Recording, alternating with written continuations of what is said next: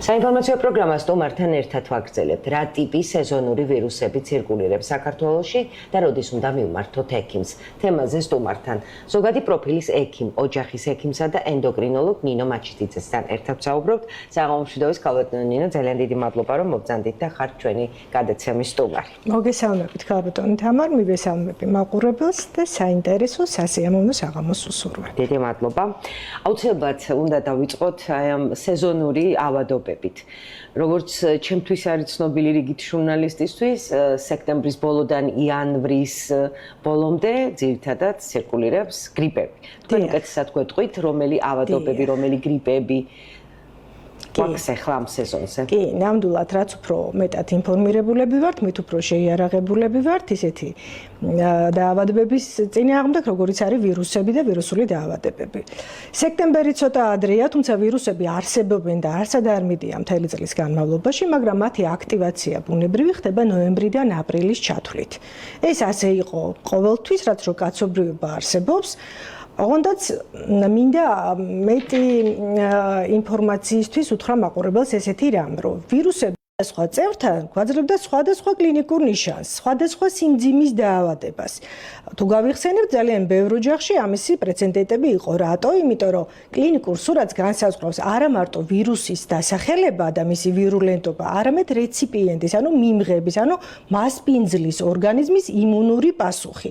ეს ჯამში იძლევა იმ თანხლები დაავადებები, ქრონიკული დაავადებები, გარემო პირობების სტრესები, როგორ მიიღო დაავადება, როგორ შეხვდა მას როგორ მოუარა, რამდენად სწორი იყო მისი პასუხები, ეს განსაზღვრავს კლინიკურ სურათს. შესაბამისად, ვღებულობთ ერთი და იგივე გამომწვევისგან სხვადასხვა სიმძიმის დაავადებას. რაც შეეხება სეზონურობას, ქალბატონ თამარ, მინდა აქ ერთი მითი დავამსხვრიო. ხშირად გამიგონია, რომ ნეტა კარგად აცივდეს და მოთოვოს ასეთ შემთხვევაში, თითქოს ვირუსი მოკვდება, ვირუსებისგან გაიწმინდება ჰაერი. მინუს ტემპერატურა, რომელიც გამოიწვევდა ვირუსის სიკვდილს, უფრო ადრე გამოიწვევს ადამიანის სიკვდილს. ანუ ჩვენთან ტემპერატურა არასდროს არ დადის იმ ნიშნულზე, რომელმაც შეიძლება ვირუსი გაანადგუროს. ჩვენ ახლა ვთქვით, რომ ნოემბრიდან აპრილამდეა ვირუსების აქტივაციის პერიოდი. ეს უკვე გვეუბნება, რომ გრილ სეზონზე უფრო მეტია და რატომ? სხვა დროს ადმედის ვირუსები, ვირუსები სხვა დროსაც არსებობს. მაგრამ სხეულის გადაცივება, მაგალითად, არის ერთ-ერთი მიზეზი, რის ფონზეც ვირუსი კიდევ უფრო აქტიურდება, კიდევ უფრო ესხმის ადამიანს თავს და შესაბამისად უფრო ხშირია ავადობა ვირუსული დაავადებებით სწორედ ცივ სეზონზე და გაცივება არის წინაპირობა, რომლის დროსაც ვირუსი უფრო მაგრად ჩასჭიდებს, ესე ვთქვათ. ახლა ამ სეზონზე რომელი ვირუსები ცირკულირებს? ყველა ტიპის ვირუსი ცირკულირებს, დომინირებს H1N1, ჩვენ ვიცნობთ ამ ვირუსს, მაგრამ კიდე აქვე ვამატებ, რომ ეს ვირუსიც გარკვეულწილად სახეცვლილია ამ წლების განმავლობაში. და კიდე ერთხელ ვაზუსტებ იმას, რომ ვის შეხვდება ეს ვირუსი, როგორი არის პაციენტი, რა თანხლები დაავადებები, სიმძიმეს განსაზღვრავს ეს. H1N1 შეიძლება სახლის პირობებში სავსებით უმტკივნეულოდ და უპრობლემოდ მიმდინარეობდეს და სხვა სეზონური ტიპიური გრიპი შეიძლება დამძიმდეს პაციენტთან. თუ ჩვენ კოვიდამდელი პერიოდის ინფორმაციას მოვიძევთ საინფორმაციო წყაროებში გრიპის შესახებ, ვნახავთ, რომ გრიპი ყოველწლიურად ჩვეულებრივი პანდემიის გარეშე გრიპებიც იწვევდა ხოლმე სიკვდილიანობასაც და დაახლოებით 9 მილიონი ადამიანი წლის განმავლობაში გრიპის მიზეზით მძიმდება და ლეტალური გამოსავლით სრულდება ხოლმე. თუმცა ასეთ ვირუსებს, მკვლელ ვირუსებს არ ვეძახით. ეს ბუნებრივი გადარჩევის ერთგვარი სახეა, შეიძლება სასტიკი განაცხადია, მაგრამ ეს არის რეალობა. ანუ გრიპის გართულებაზეა საუბარი. გრიპის გართულებაზეა საუბარი და შეიძლება გართულდეს არა მარტო H1N1, არა მარტო COVID და ის ვირუსები, რომელსაც ჩვენ მკვლელი ვირუსები დავარქვით მაღალი ვირულენტობის გამო, არამედ შეიძლება გართულდეს სავსებით, თითქოს ერთი შეხედვით უწყინარი ვირუსი, თუ ჩვენ სწორად არ ვიქცევით. აი გრიპის ვირუსები, მოკლედ რომ გითხრათ. როგორია გრიპის ვირუსები? არის ადენოვირუსები, არის რინოვირუსები, რესპირატორულ სინციტიური ვირუსი, ბევრი ვირუსია. ვირუსოლოგიის განვითარებამ მოიტანა ის, რომ ვირუსებს დავარქვით სახელები. მოდიფიცირებულსაც კი დავარქვით, თუ გავიხსენებთ, იყო COVID-19, მერე ომიკრონი დავარქვით, ხო? ანუ იმავე ვირუსის მოდიფიკაციას და ისი საშუალებაც ადრე არ იყო უბრალოდ ვირუსოლოგია, ამის საშუალებას იცოდნა, რაც მანამდე არსებობდა, არ იძლეოდა ამ დიფერენცირების საშუალებას. რაც არ უნდა ერქვას ვირუსს, პირველი სიმპტომები და მასთან ბრძოლის პირველი გზები, თავდაცვის გზები არის ერთი და იგივე. მე მინდა მოსახლეობას გაუმახვილო ყურადღება იმაზე, რომ ნიღაბი მხოლოდ COVID-თან დაკავშირებული თავდაცვის საშუალება არ არის. ნიღაბი გვიცავს ყველა სხვა ვირუსებისაგან. თუმცა ახლა არ ვიცით ნიღბის დარების უფლება გვაქვს თუ არა.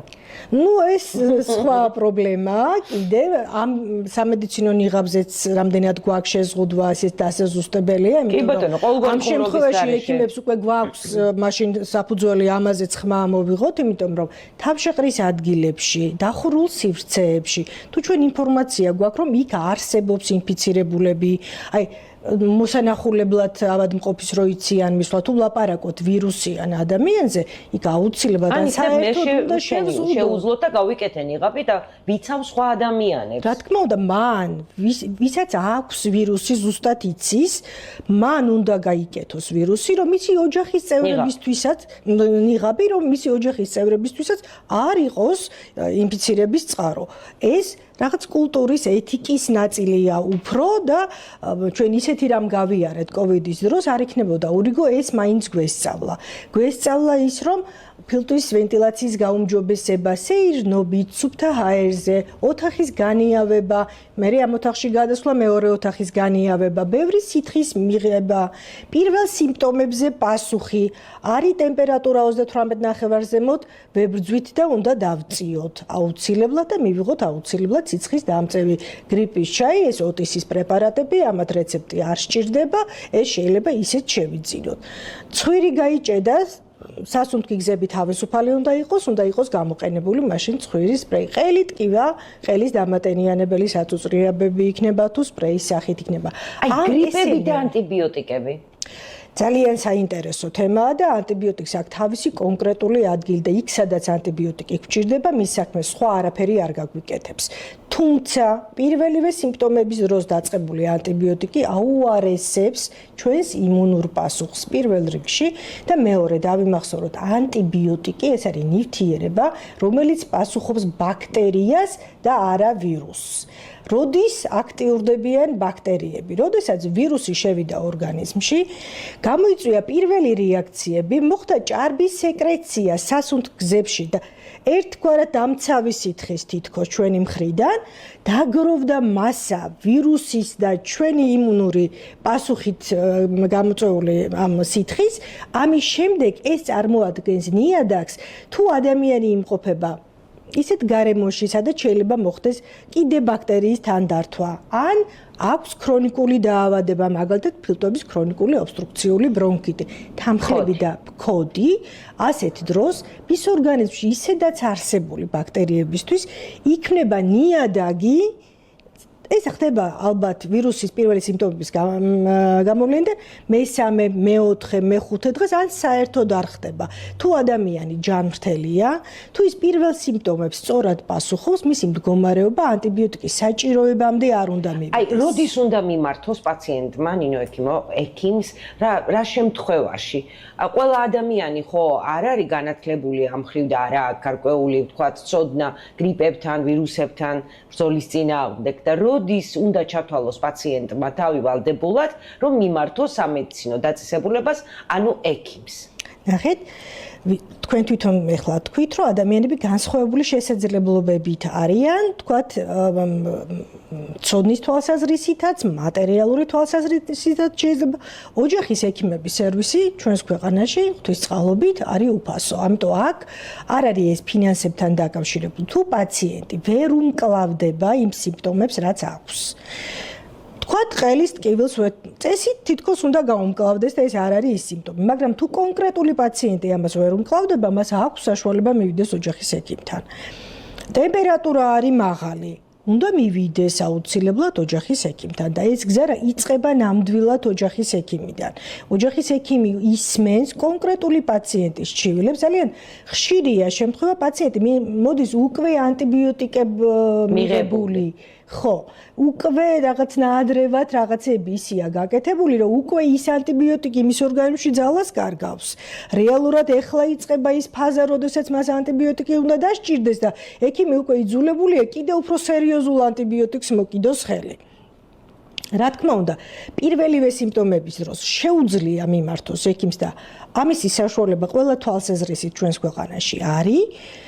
ასევე თუ მას აქვს შესაძლებლობა პირველ სიმპტომებს თვითონ უპასუხოს, ყოველთვის არ არის ხოლმე ამისი აუცილებლობა და უნდა გაისეირნოს, ბევრი სითხე მიიღოს, ჩვენს ქვეყანაში არის ლიმონი, არის მალინა, 1000 ბუნებრივი საშუალება საიმისოდ.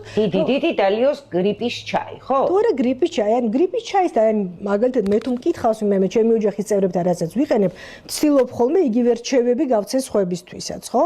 გრიპის ჩაიშიც არის სიცხის დამწევი და ტკივილგამაყუჩებელი, ესე ვთქვათ, საშუალება, არ პარაცეტამოლია და ან იბუპროფენი ძირითადი მოქმედი ნივთიერება. ესენი ოტისის პრეპარატებია და ამიტომ ვასახელებ ესეთ ამამად და მას დამატებული აქვს საგემოვნო თვისებები. ამიტომ მე ჩემშულებს და ჩემს ოჯახის წევრებს ვაძლევ იბუპროფენს ან პარაცეტამოლს და ვაყოლებინებ ლიმონიან ან მალინიან ჩაის. არ არის აუცილებელი ან თაფლიან ჩაის. არ არის აუცილებელი მანდამაინც ესეთი თუმცა არ გრძალავთ რა თქმა უნდა შეუძლიათ მიიღოთ ეს მათთვის უფრო მოსახერხებელი. თქვენ ბრძანეთ რომ ნებისმიერ გრიპს და ჩვეულებრივ გრიპსაც შეიძლება მოყვეს გართულება. რა გართულება შეიძლება მოყვეს გრიპს და ვინ არიან უფრო რისკის ქვეშ? რომელი კატეგორიის ადამიანები? ასაკი, დაავადებები თუ შეგიძლიათ ამის შესახებაც რომ გვესაუბროთ? ვირუსი შეიძლება შეეყაროს ყველას. შევთანხმდეთ ესე. სად შეიძლება გართულდეს? ვირუსი შეიძლება გართულდეს ქრონიკული დაავადებების მქონე პაციენტებთან. იგივე ფქოდიც ეხან ვახსენეთ, შაქრიანი დიაბეტი ვახსენეთ, ონკოლოგიური პაციენტები, რომლებიც ქიმიოთერაპიაზე იმყოფებიან, ასეთ პაციენტებთან შეიძლება გააქტიურდეს ეს დაავადება. ყველა ქრონიკთან შეიძლება გააქტიურდეს და ცალკე ჯგუფია მწველები, სადაც შეიძლება გააქტიურდეს დაავადება და გართულდეს დაავადება. ისინი თავს არ თვლიან, რომ აქვთ რაიმე ქრონიკული დაავადება, თუმცა მათ უმრავლესობას ფილტვების ქრონიკული დაავადებები აქვთ. დიაგნოსტირებული თუ არადიაგნოსტირებული, აღიარებული თუ არ აღიარებული პაციენტისავე მიერ. აი, თუ არსებობს კონკრეტული დრო, რამდენ ხანს შეიძლება გაგრძელდეს გრიპი? რამდენი დღე შეიძლება იავადოს გრიპით ადამიანმა? 3-5 დღე არის სტანდარტულად ყველგან. ყველა ვირუსის შემთხვევაში. არსებობს ცალკეული შემთხვევები, როდესაც შეიძლება 9 დღემდე, 10 დღემდეც გაგრძელდეს ვირუსის მოქმედება. შეიძლება დაიწყოს ერთი ვირუსით და რეინფიცირება მოხდეს მეორე ვირუსით უკვე ვირუსისგან დასუსტებულ ორგანიზმში. ასეც ხდება, კლინიკაში ხვდებით. ამიტომ არის მჭიდრო ურთიერთობა ოჯახის ექიმს და პაციენტს შორის აუცილებელი. ამიტომ არის აუცილებელი ანამნეზის სწორად შეკრება. აუცილებელია პაციენტი ექიმის კაბინეტში შესვლამდე თავის თავში უკვე ჩამოაყალიბოს და თანმიმდევრული იყოს ამ ჩივილების მოყოლის როდის დაიწყო, რა სიმპტომით დაიწყო, მერე როგორ დაერთო, რაც უფრო მეტ ინფორმაციას გვაძლევს საკუთარ თავზე პაციენტი, მით უფრო სწორად ხდება მისი გამოკვლევის გეგმის შედგენა. ეს მარტო ვირუსებს არ ეხება, ეხება ყველა სხვა დაავადებას. ექიმის და პაციენტის ურთიერთობაში მთავარი ნაწილი ეს არის ანამნეზის შეკრება. ანამნეზის შეკრება უნდა მოხდეს სრულყოფილად, რომ დაიგეგმოს სწორი გამოკვლევის გეგმა და გავყვეთ ამ გამოკვლევის გეგმას და მივიღოთ ყველა კითხვაზე პასუხი. ზოგჯერ პაციენტები მოდიან ახლობლების, მეგობრების, მეზობლების დარიგებით, გაიკეთა ეს ანალიზი, გაიკეთა ის ანალიზი. აი მქონია შემთხვევა მაგალითად მოდის პაციენტი და მეუბნება, რომ მე ანალიზები გაკეთებული მაქვს და ყველაფერი გავიკეთე. მაგალითად რა გაიკეთეთ? სისხლის საერთო ანალიზი გავიკეთე. სიტყვა საერთოს არსებობას ამ ფორმულირებაში აქვს გადამწყვეტი მნიშვნელობა მისთვის, ანუ სისხლის საერთო ანალიზში თითქოს ჩანს ყველაფერი. ასეთ პაციენტი შეიძლება მოსული იყოს ჰიპერტონული დაავადების გამო, სადაც სისხლის საერთო ანალიზი მინიმალურ ინფორმაციას მომცემს მის შესახებ. ამიტომ მისი ჩემთან კომუნიკაცია უნდა დაიწყოს მისი ჩივილით, რომ მას აქვს მაღალი წნევა. დანარჩენს გადაწყვეტავთ თქვენ. და დანარჩენს რა კვლევები შეესაბამება კონკრეტულ ჩივილს, გადაწყვეტილებას ღებულობს ექიმი. აქვე უნდა ვთქვა ნაადრევად გაკეთებული რენტგენოგრაფიის შესახებ, როგორც კი სიმპტომები დაიწყება, პაციენტები გარბიან და იკეთებენ რენტგენოგრაფიას. რენტგენოგრაფია პირველ დღეებში მით უმეტეს, არა ვირუსი პირდაპირ ფილტვების ანთებასთან დაკავშირებული თემა არ არის. არ არის. 10-დან 1 ადამიანშიც კი ფილტვების ანთებას ვირუსი არ იწვევს. სხვა ბევრი რამეა მისახედი. შეიძლება გამოიწვიოს სინუსიტი და ადამიანმა რომელსაც გადაიღო ფილტვების რენტგენოგრაფია, მას შეიძლება ჭირდებოდეს ცხვირის დანამატი წიაღების რენტგენოგრაფია. გამოვარო რენტგენის 2 დოზა უნდა დაისხივოს მაშინ მან ამ შემთხვევაში. ასე რომ ბევრია შეცდომები და ჩემი პირველი წინადადებები აქ მოსვლის მერე რომ სწორად მართვა საკუთარი ჩივილების, სწორად აღქმა, შვიდად სტრესი ხშირ შემთხვევაში ძალიან გვიფუჭებს საქმეს.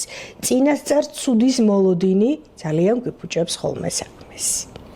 კიდევ ერთ შეკითხვა მაქვს, თქვენ გაქვთ ყოველდღიურად შეხება პაციენტებთან, ადამიანებთან, რომლებიც მოდიან თავიანთი გაუარესებული ჯანმრთელობის გამო. მე მაინტერესებს თუ გაქვთ თქვენ გარკვეული სტატისტიკური მონაცემები, ან თუ დააკვირდით იმიტომ რომ თქვათ, ყოველთვის არ არის ფინანსური შესაძლებლობების არ ქონა ამისი მიზეზი. თუ ძალიან გაუჭირდა პაციენტი მოდის და ძალიან ხშირ შემთხვევაში პაციენტები ტოვებენ მკურნალობას. პაციენტების მხრიდან ზოგჯერ საჭირო არის მხოლოდ ქცევის შეცვლა იმისთვის, რომ იყოს უკეთ, იყოს ჯანმრთელად, არ ქონდეს ქრონიკული დაავადებები. და პაციენტი ამაზეც ამბობს უარს. აი შეიძლება კონკრეტულ კერძს არ შეელიოს და სინამდვილეში ეს კერძი მას კლავს. არ შეელიოს სიგარეტს და ეს სიგარეტი მას კლავს. აი ეს დამოკიდებულება ჯანმრთელობასთან, როცა ჯანმრთელობა მხოლოდ მაშინ ხდება აქტუალური, როცა ძალიან ტკივა, ან როცა ძალიან დიდი გართულება მოიტანა. აი ეს სავალალო შედეგებად მე ექიმი არ არის ღმერთი. კი ბატონო, ვიდრე გემშვიდობებით კიდევ ერთ შეკითხვა მაქვს.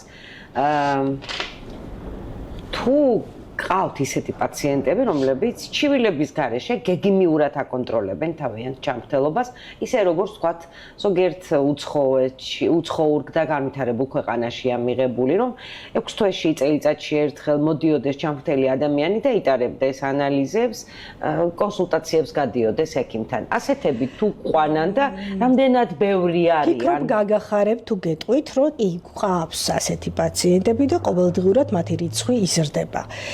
ეტაპობრივად, ნაბიჯ-ნაბიჯ ჩვენთანაც იმკვიდრებს თავს ეს კულტურა, რომ ჯანმრთელობას უნდა მიხედონ და მე ვფიქრობ, რომ ამაში ძალიან დიდი წვლილი შეიტანეს ოჯახის ექიმებმა. მართლა გულწრფელად ვფიქრობ, არა იმიტომ, რომ ამ ჯგუფის წარმომადგენელი ვარ, რეალურად ხელმისაწვდომობა, ის რომ ის უფასოა, ის რომ ეს ამ ექიმმა ამ პაციენტის შესახებ უკვე დაუგროვდა ინფორმაცია და ბევრი რამ იცის.